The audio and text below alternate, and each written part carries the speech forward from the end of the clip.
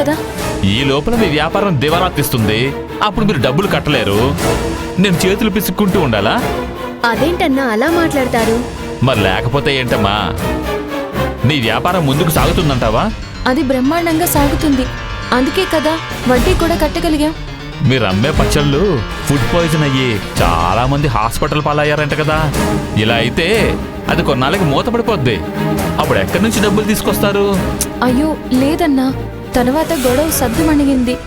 అసూయతో ఎవరో చేసిన పనికి మమ్మల్ని అనుమానించడం ఏంటన్నా?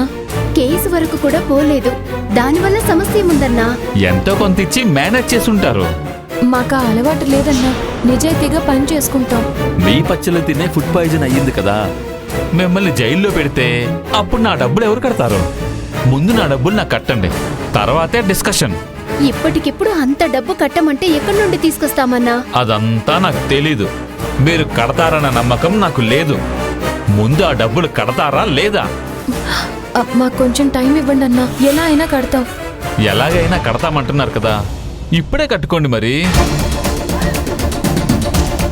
ఈ అమ్మాయి ఇక్కడే ఉంటుంది. నువ్వు తనని తీసుకొచ్చి అప్పు ఇప్పించావు కదా, నువ్వెళ్ళి డబ్బులు తీసుకురా.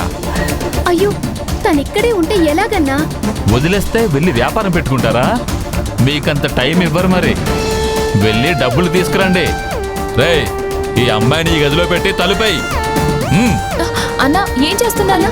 మీ డబ్బులు మీకు తిరిగి ఇచ్చేస్తామని అంటున్నాను కదా. అదేదో ఇప్పుడే ఇచ్చేస్తే నిన్ను వదిలేస్తాం. అది కరెక్ట్ కాదన్నా. డబ్బులు వసూలు చేయాలంటే తప్పట్లేదమ్మా. వదలండి అన్నా.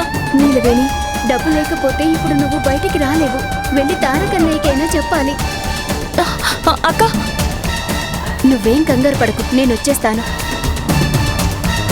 ఎవరొచ్చినా డబ్బులు తీసుకొస్తే సరి, లేదంటే ఇక్కడే ఊడిగం చేయాల్సి వస్తుంది.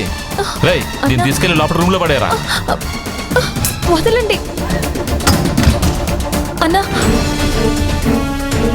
ఇక్కడే కూర్చో.